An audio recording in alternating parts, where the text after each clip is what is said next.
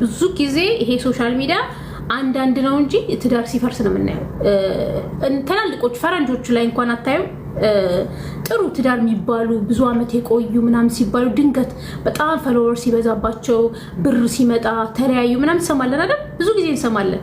እና ብዙም ላይክ የግል ህይወታችሁን አስቀምጡት። በቃ ብትጣይ ከባልሽ ጋር የራስሽ ጉዳይ ነው፣ ውስጥሽ የቤትሽ ጉዳይ ነው። ብትደሰች የባልሽ የውስጥሽ ጉዳይ ነው። ገበናሽ ነው፣ ውስጥ ገበናሽ ነው። ገባሽ?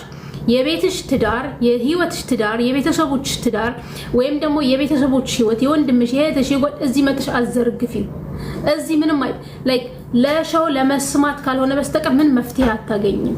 ምን መፍትሄ እዚህ መጥሽ ተናግረሽ ምን መፍትሄ አታገኝም። በውስጥ ግን ነገሮችን ካለፈ በኋላ ይቆጭሻል። ካለፈ በኋላ ከተናገርሽ በኋላ ከዛ የሆነ ነገር ስለ አንቺማ እንደዚህ ነው ሲሉሽ ከዛ ይቆጭሻል። እሺ እኔ ባለ ትዳር ነኝ። ረጅም አመት በትዳር የቆየው ሴትዮ ነኝ። ትልቅ ሴት ነኝ፣ ትንሽ አይደለሁም። ብዙ አመት በትዳር የቆየው ነኝ። ትዳሬን ደግሞ አክብሬ በስነ ስርዓት የምኖር ሴት ነኝ። እንደዚህ እንትን አልልም። ስለዚህ ትዳር በቃ እንዳልኳችሁ እሺ፣ በቃ ላይክ ትዳርሽ ህይወትሽ ለብቻሽ ነው። ሶሻል ሚዲያ ደግሞ ለብቻው ነው። እሺ፣ ሁለቱም ህይወት ለይተሽ ካልቻልሽበት ነገ ትወድቂያለሽ። ህይወት ለይተሽ ማቆም አለብሽ። የግል ህይወትሽና ውጫዊ ህይወትሽን መለየት አለበት። ሁለቱም ለያይተሽ ካልኖርሽ ህይወት ይከብድሻል። የኔ ማር ህይወት በጣም ይከብድሻል። ምክንያቱም ለምሳሌ እኔ 800,000 ፎሎወር አሉኝ።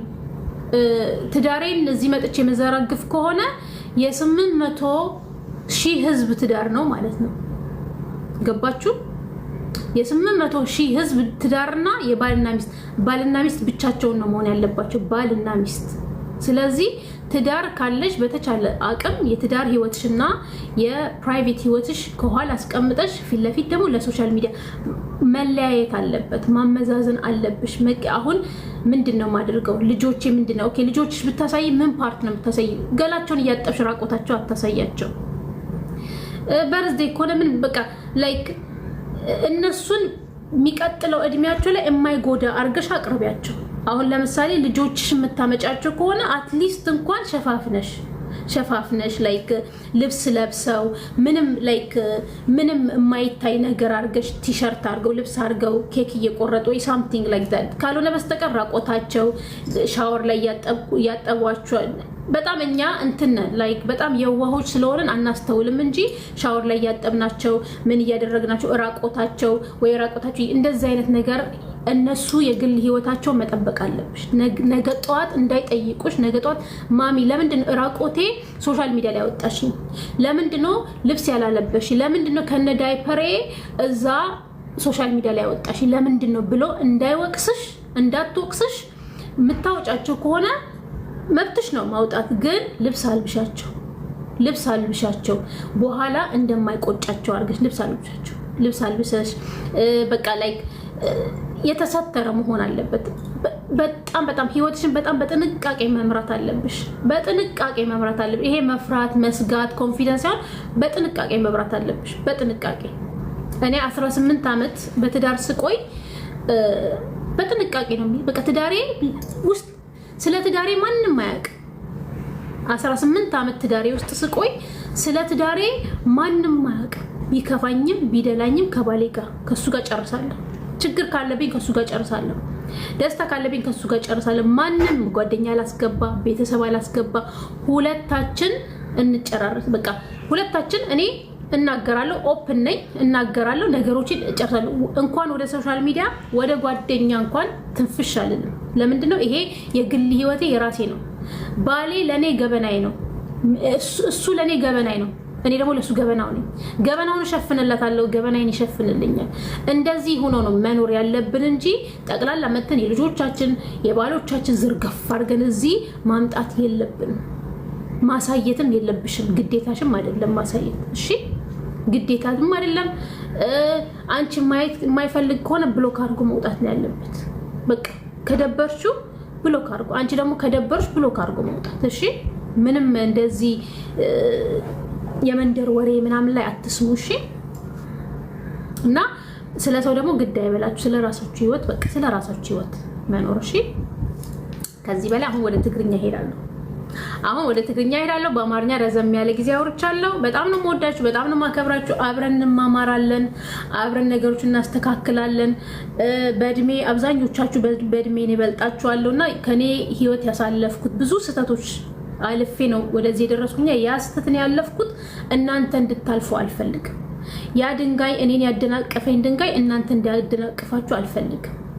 እኔን የመታኝ ድንጋይ እናንተ እንዲመታችሁ ስለማልፈልግ እዚህ መጥቼ አይዞሽ እላለሁ። ምክንያቱም እንዳለፈ ስለማቅ ልጅ እምቢ ሲለኝ መጥቼ ነግሬያችኋለሁ። እኔ ልጅ እምቢ አለኝ ብዬ ስነግራችሁ ገበናዬን ወደ ሚዲያ ላወጣ አይደለም። እናንተ ተስፋ እንድታደርጉ፣ እናንተ እንድትጽናኑ፣ ከማዘን በኋላ ደስታ እንዳለ እንድታገኙ እና ተስፋ እንድታገኙ ነው እዚህ መጥቼ ልጅ አልነበረኝም እንዲሁኝ ብዬ ህይወት ታሪኬን ስነግራችሁ ትማሩበታላችሁ ብዬ ማለት ነው። ኦኬ። እና አብረን እንማማራለን፣ አብረን ነገሮችን እናስተካክላለን፣ ህይወታችን እንቀይራለን።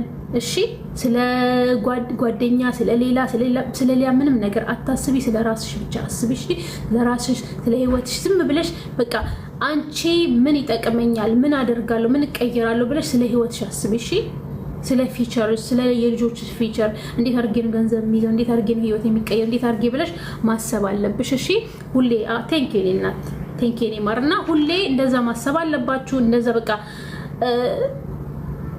ስለ ራሳችሁ ብቻ እሺ። አሁን ወደ ትግርኛ ሄዳለሁ። አለሁም ወደ ትግርኛ ሓደ በለ ትግርኛ ከመለስ።